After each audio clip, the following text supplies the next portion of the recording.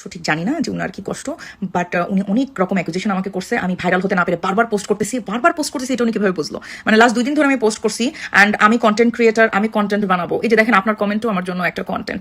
আর নাম ভুয়া নামে নাকি পেজ খুলছি। আপনি কিভাবে জানলেন নাম ভুয়া? বাই দ্য ওয়ে আপুরা আবারও বলতেছি, উনাকে আমি চিনি না, উনাকে আমি কোনোদিন গালিও দেই নাই। মানে আমার তো মুখ খারাপ, ওনার কমেন্ট দেখে মনে হচ্ছে হয়তো আমার থেকে কোনোদিন গালি বা উষ্টা কিছু খাইছে দেখে এতটা রাগ।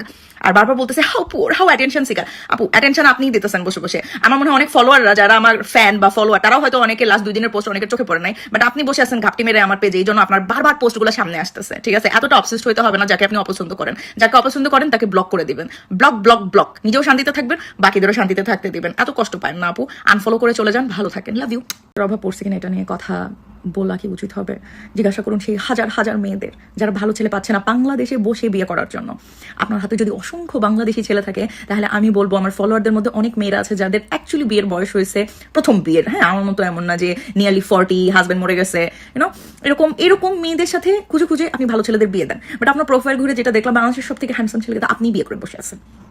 আর আল্লাহ হেদায়েত দান করবে মানে আল্লাহকে টেনে আনতেছেন কেন? লাইক বাংলাদেশি পাকিস্তানির মধ্যে। ঠিক আছে, আল্লাহ কোন হাদিসে লিখছে যে তুমি বাংলাদেশি হলে বাংলাদেশি বিয়ে করো, তুমি পাকিস্তানি হলে পাকিস্তানি বিয়ে করো? কোন দেশে লিখছে বলেন? হ্যাঁ, তাহলে তো আমার পাবনাইয়া পোলা এখন খুঁজে বাইর করা লাগবে, না হলে দেখা যাবে যে আল্লাহ নারাজ হয়ে যাবে। মানে আল্লাহ হেদায়েত করবে for what? Because I chose someone who is not Bangladesh Pakistani. এটা তো আমি বলতে পারবো না, এটা তার বাবা মা জানে।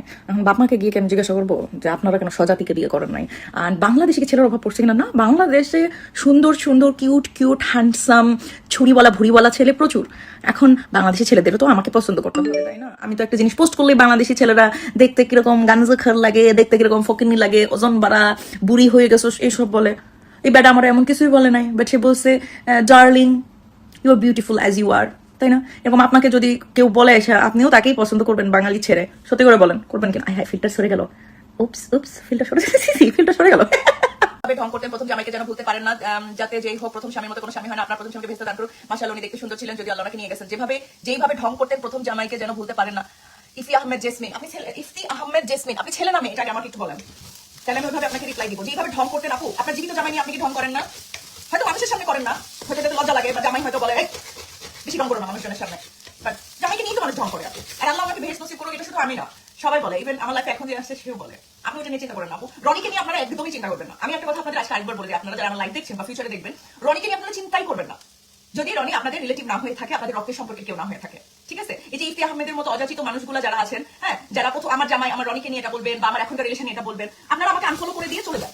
যাতে নিজের জামাই গলা ঝুড়ে বসে থাকে আর দোয়া করেন আল্লাহ যাতে আপনাদের জামাইকে সারা জীবন সুস্থ রাখেন। আমিও দোয়া করি যে আমার মতো লাইফ যাতে কাউকে দেখতে না হয়। তো আমি আবারও বলছি, আপনারা যারাই আছেন আমার লাইভে বা আমার পেজে, রনিকে নিয়ে অতিরিক্ত ঢং দেখানো আপনারা বন্ধ করেন। রনি আপনাদের কেউ লাগে না, রনি আমার হাজবেন্ড ছিল। আমি জানি 7 বছর রনিকে ছাড়া আমি কিভাবে আছি। আমি জানি হাজবেন্ড যখন 1.5 বছর ক্যান্সারে ধুকে চোখের সামনে মারা যায় কেমন লাগে। সো আপনাদের মতো ইফতি আহমেদ জেসমিন, আপনারা যতই সুগার কোটিং করে আমাকে সুখে থাকেন ভালো থাকেন বলেন, বাট এই যে খোঁজাটা দিলেন জামাই নিয়ে যেভাবে ঢং করতাম, you guys should shut the fuck up. Okay, যতই বলেন এখন যে আপনাকে ভালোভাবে বলে খারাপভাবে রিপ্লাই দেন, হ্যাঁ আমি তো এমনই।